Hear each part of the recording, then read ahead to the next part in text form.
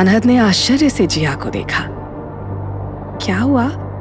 तुम यही नाम तो बुदबुदा रहे थे। हीर? कोई नहीं है, गलतफहमी हुई होगी तुम्हें। इसके बाद अपने फ्लैट पर पहुंचने तक जिया और अनहद में से कोई एक शब्द नहीं बोला।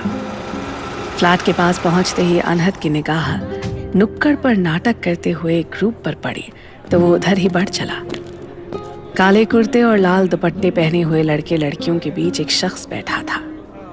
सफेद दाढ़ी, आंखें आधी बंद और हाथ में मंजीरा बजाते हुए वो गा रहा था। सुनो कहानी बड़ी पुरानी, अनजानी पर जानी पहचानी। ये आवाज सुनते ही अनहद अपने बचपन में पहुंच गया। ऐसा ही तो था वो गूंज जो उसे कहानियां सुनाया करता था।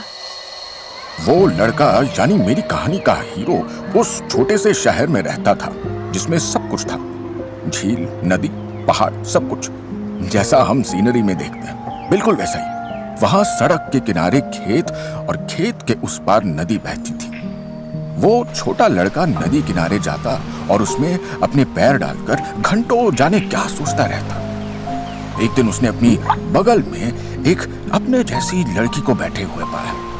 बड़े शहर से आई उस लड़की ने उस लड़की की तरफ दोस्ती का हाथ बढ़ाया तो उस लड़की ने खुशी खुशी वो हाथ पकड़ लिया।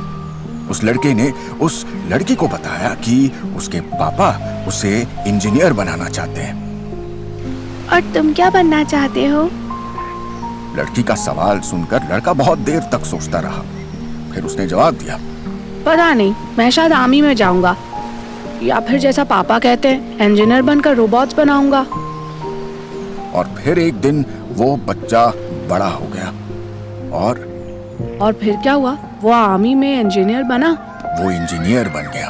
तब तो वो बच्चा बहुत खुश हुआ होगा। खुश? नहीं अनहद, खुश तो वो नहीं था। पर क्यों? क्योंकि बड़े होने पर उसे पता चला कि वो बहुत कुछ और कर सकता है। लेकिन दुनिया, हाय रे दुनिया, सबने मिलकर उसके साइज का एक चमकता हुआ पिंजरा बनाया और उसे उसमें बंद कर दिया ताकि वो एक रोबोट की तरह सिर्फ ऑर्डर फॉलो करता रहे और कभी उस पिंजरे से बाहर आने की ना सोचे। चलो कहानी खत्म, पैसा हजम, भागो सब लोग। क्या काका, ये भी कोई कहानी हुई? आप हमेशा ऐसी ही कहानी सुनाते हैं। नौटंकी तो इतनी अच्छी करते हैं पर हम लोगों को कहानी सुनाना होता है तो आप पता नहीं कहां से कौन सी कहानी खोज कर लाते हैं। जिंदगी से तुम लोग भी ध्यान रखना, बड़े होकर दुनिया की बातों में ना फंस जाना, वरना वो तुम लोगों को भी पिंजरे में बंद कर देंगे। अपनी मर्जी के मालिक रहना, अपने सपने पूरे करना, वो करना जिसमें तुम्हारा मन लगे। अब भागो, पर ये कहानी याद रखना, जब समझ आएगी तो ये काका बहुत याद आएगा।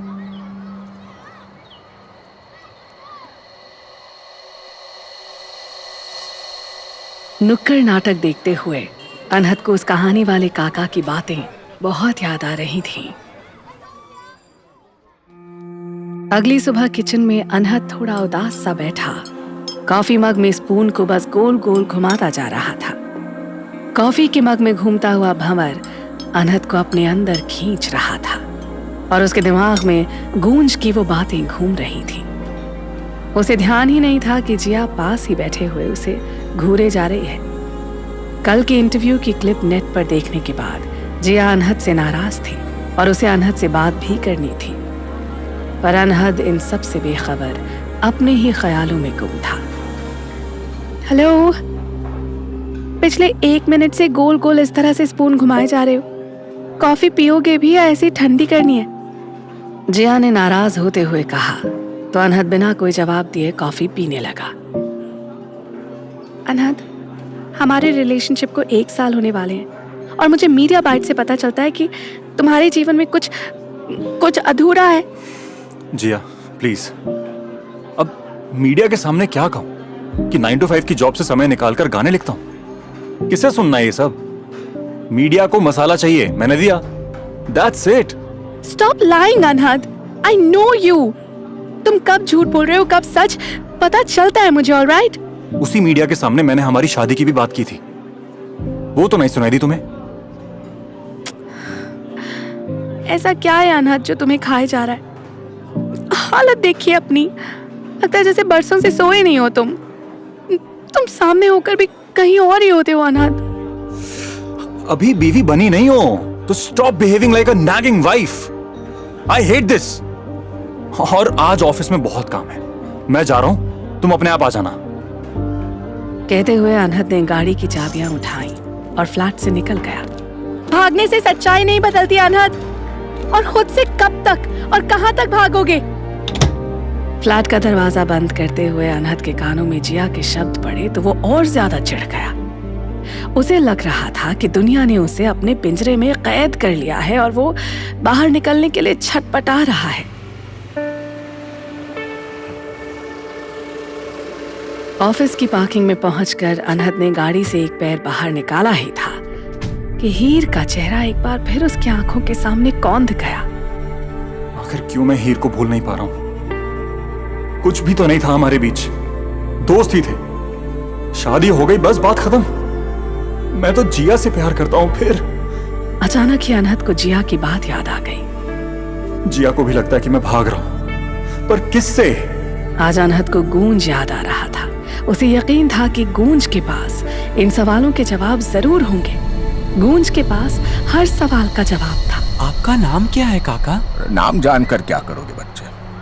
किसी का नाम अनहद है तो किसी का गूंज। यहाँ सैकड़ों अनहद और उनकी सैकड़ों गूंज। नाम सिर्फ ऊपर की पहचान है बच्चे, अंदर से सब एक जैसे हैं। सबकी एक ही कहानी है। उस दिन आप जो बच्चे की कहानी सुना रहे थे, वो पिंजरे से बाहर निकला कि नहीं? नहीं, निकल नहीं पाया। दुनिया के पिंजरे अक्सर लोगों को निगल जाते हैं। तो उतनी सी ही थी कहानी, खत्म? कहानी कभी खत्म नहीं होती अनहद। बस नाम बदल जाते हैं और मंजर बदल जाते हैं, पर कहानी चलती रहती है।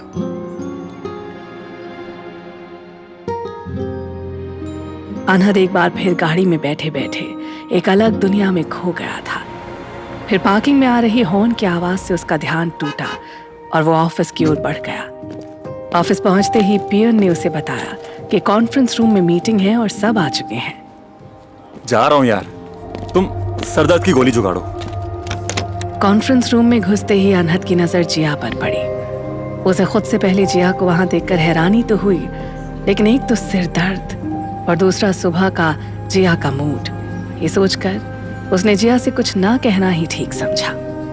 जिया ने भी अनहद को देखा, लेकिन उसने भी अनहद को इग्नोर कर दिया। अनहद का बिहेवियर उसकी बर्दाश्त से बाहर होता जा रहा था। अनहद चुपचाप अपना सिर पकड़े अपनी चेयर पर बैठ गया। उसका सिर दर्द से फटा जा रहा था। अचानक किसी ने उसके हाथों को पकड़ा। स्टॉप इट जिया, तुम्हें। अनहद आंखें खोलकर चिल्लाने ही वाला था कि वो रुक गया। सामने हीर बैठी थी। तुम यहाँ कब आई? तुम तो क्यों नहीं होना था? नहीं मतलब वो। चलो छोड़ो, ये बताओ, ये गाना तुमने मेरे लिए लिखा है ना? अनहद ने हाँ में गर्दन हिलाई। ओह, मुझे पता था। रूम में पिन ड्रॉप साइलेंस था और वहां मौजूद हर आदमी की निगाह अनहद पर थी, लेकिन अनहद हर चीज से बेखबर सिर्फ हीर को देख रहा था। मुझसे मिलने नहीं आओगे? एक बार फिर अनहद की गर्दन हाँ में हिली। मैं इंतजार करूंगी, भूल मत जाना। कहती हुई हीर खड़ी हो गई। उसके साथ साथ अनहद भी खड़ा हो गया। दरवाजे के पास पहुंचते हुए हीर ने अनहद को पीछे देखने का इशारा किया। हैरान अनहद पीछे घूमा और अचानक ही एकदम शांत कमरे में शोर होने लगा। अनहद आनंद, what's wrong with you? You've zoned out again. अनहद ने दरवाजे की तरफ देखा। दरवाजा बंद था, वहां कोई नहीं था। वहां हीर नहीं थी। Sorry I. सॉरी? तुम इससे पहले भी 1000 बार सॉरी बोल चुके हो। तुम्हें अपने ही वर्ड्स की कोई वैल्यू नहीं है। तुम्हारा कोई काम ठीक नहीं होता। एक प्रेजेंटेशन तक तो तुम ठीक से हैंडल कर नहीं पाते। समझते क्या हो तुम अपने आप को? सॉरी सर, थोड़ा स्ट्रेस में था। अब ऐसा नहीं होगा। नो अनहद, बहुत सुन ली मैंने तुम्हारी ये सॉरी। मैं ही हूं जिसने अभी तक तुम्हें नौकरी पर रखा हुआ है, वरना भीख मांगते हुए नजर आओगे तुम। जिस म्यूजिक की वजह से तुम्हारा दिमाग खराब है ना, वो तुम्हें एक वक्त की भी रोटी दे तो कहना। यहां मेरे ऑफिस में काम करना है तो तरीके से करो, वरना निकलो, निकलो यहां से। लापरवाही की भी एक लिमिट होती है।